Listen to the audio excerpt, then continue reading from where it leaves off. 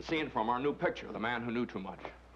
As you know, Alfred Hitchcock has an uncanny knack for coming up with the unusual in entertainment. Well, The Man Who Knew Too Much can certainly be put in that category. In the early 30s, my father had been developing, with writer Charles Bennett, a project based around the Bulldog Drummond stories.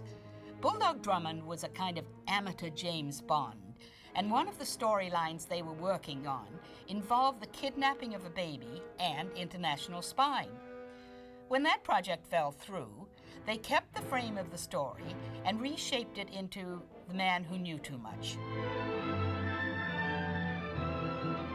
My father directed the first version of The Man Who Knew Too Much in England in 1934.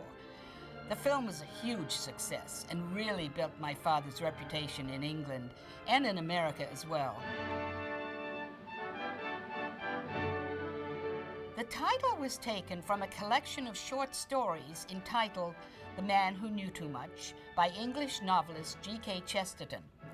My father owned some of the stories and simply decided to use the title for the film.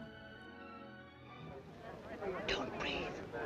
Don't breathe a word to anyone.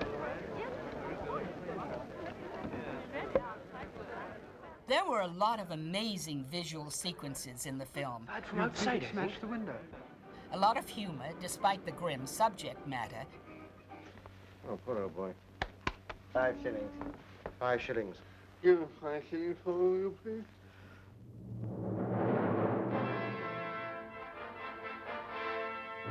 And a great climactic sequence during a concert at the Albert Hall.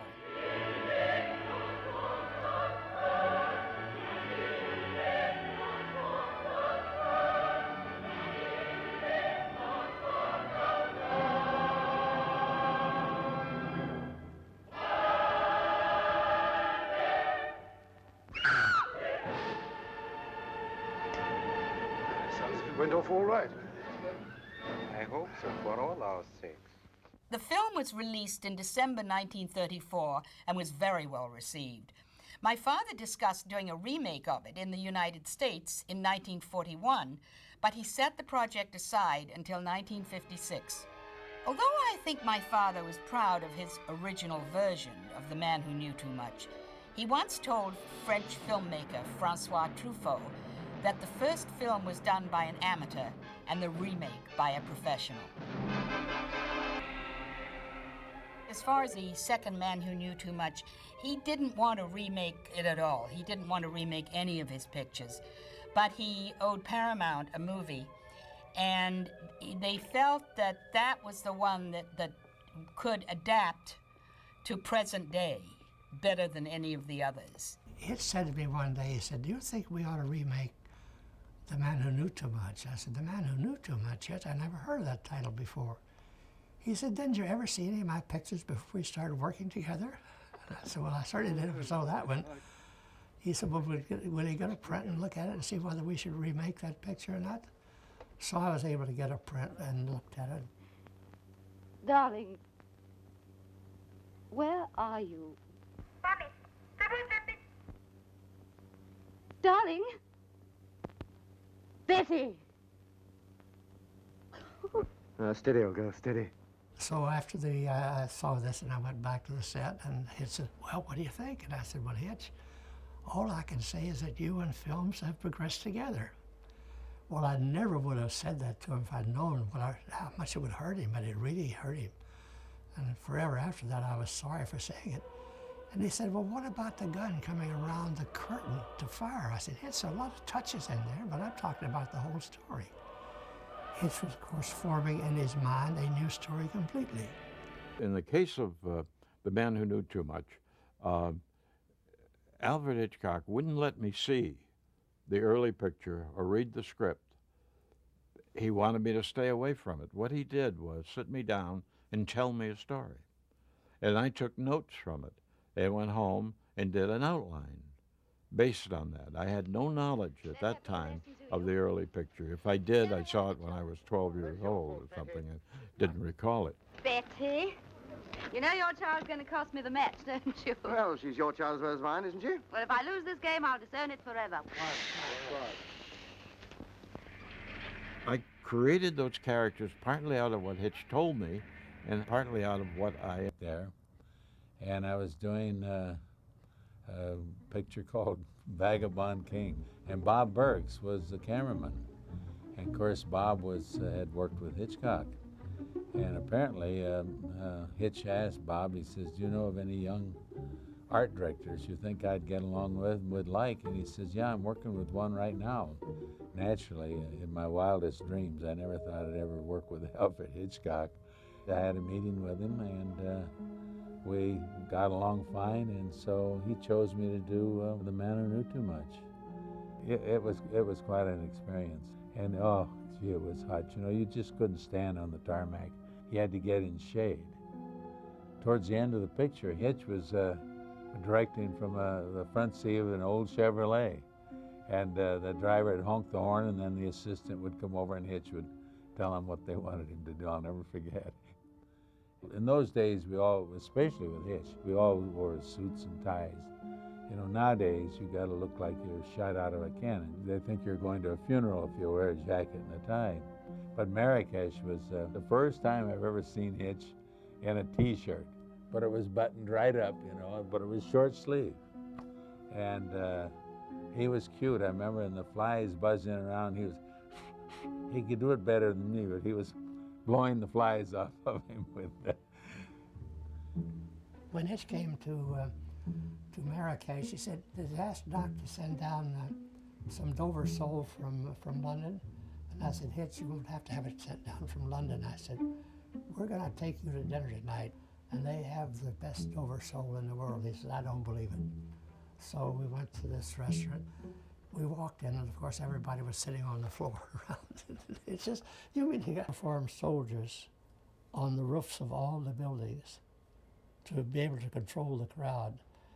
And we started working, but before noon, the superintendent came to me and he said, Mr. Coleman, would you please stop now, because I'm not going to be able to control the people. So we had to stop. I had about, I guess 2 or 3 days work left, but we had what we needed.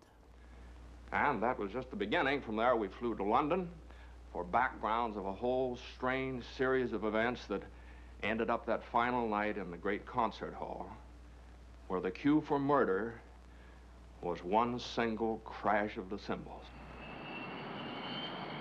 Before I arrived in London, I sent Kay Selby.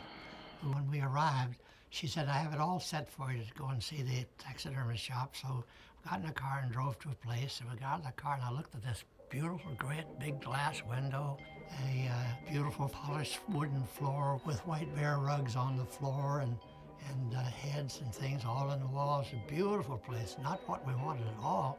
And Kay Selby went to the office and brought out a man in a tailcoat and in morning clothes, you know, and introduced me to him. And he says, why can't you Americans do things in the proper English manner? You know, and I said, what do you mean? He said, why couldn't you have communicated with me directly?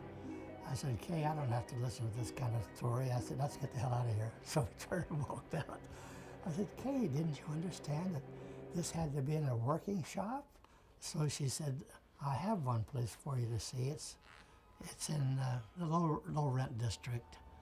And we went out. Very prominently. And it's a sign of just how much Hitchcock trusted Herman after just one previous collaboration. The filming went very well, and the orchestra was very impressed with Bernard Herrmann's knowledge, his musicality, his ability to work in both the film and concert media. And at the end of filming, the London Symphony gave him a book which they inscribed to Bernard Herrmann, the man who knows so much. I think it's no accident that there is so little dramatic scoring in The Man Who Knew Too Much, because Herrmann knew how important music was going to be at the climax, so he doesn't overscore the rest of the film. In a way, he makes us wait for the big musical statement. There are, however, a few wonderful cues before that sequence at the Albert Hall. There's a very exciting main title which utilizes percussion very effectively and dramatically. Hitchcock needed a song for the film, since after all, Doris Day was in the movie, and Paramount wanted a song more than Hitchcock did. So the team of Jay Livingston and Ray Evans was brought in. And Hitchcock met with them and told them very frankly that Paramount wanted a song more than he did in the movie, And he said, I don't know what kind of song I want in the movie, so go write me a song. They did, and they came back with the song Que Sera, Sera. They played it for Hitchcock. He listened in somewhat stern silence. And at the end, he said to them, gentlemen, I told you I did not know what kind of song I wanted. Well, that's the kind of song I want. He walked out. That was... We accomplished everything we set out to do in the Man Who Knew Too Much. I don't think we gave up anything at all. I loved the movie The Man Who Knew Too Much. I didn't remember the first one because I was too young. So I loved the second one. That's one of my favorite movies. Movies meant a tremendous amount to my father and my mother because that was their life. We'd keep going to see his movies because they are pure entertainment. He was a master filmmaker, you know, I mean, on every film I worked with Hitch, he knew every shot. Every shot really was in his mind. I remember the Hitch is sitting there, you know, and they're lighting, and I said, Hitch, what are you thinking about? And he says, I'm thinking about my next film.